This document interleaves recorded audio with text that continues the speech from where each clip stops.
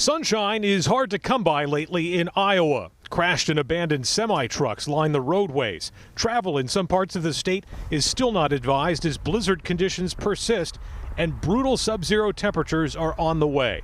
But Iowans we ask about the potential impact of this weather on the caucuses Monday night just shrug and say this is life in the Hawkeye State. It's not going to influence things at all. Iowans are used to cold weather. Just as it is for the First in the Nation primary, there are all sorts of Iowans who are just now tuning in to this presidential race and trying to determine who they will support. Right now we're at the persuasion phase where it's like every vote counts. Like your vote could flip this precinct.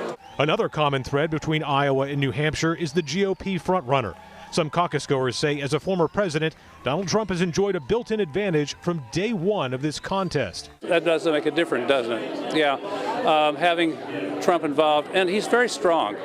And I don't dislike the guy at all. I really don't. But I just think it's time for someone newer. Despite the protests of some hardy Iowans, the weather and the unique caucus process could provide some intrigue behind what many expect will be Trump's top finish. We're going to go in there.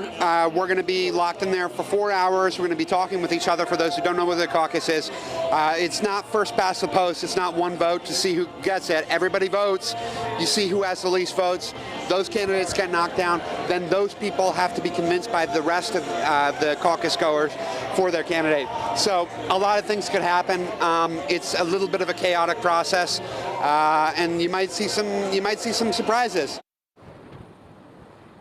Candidates returned to a normal schedule with events today, even though the weather is not much better than it was yesterday. It was actually a local congresswoman, Marionette Miller Meeks, who got into a car accident. A semi-truck rear-ended her vehicle on her way to a Nikki Haley event. We're told she was uninjured, but that's an indicator of just how bad the roads still are here, even especially in eastern Iowa. Reporting live in Grinnell, Adam Sexton, WMUR News 9.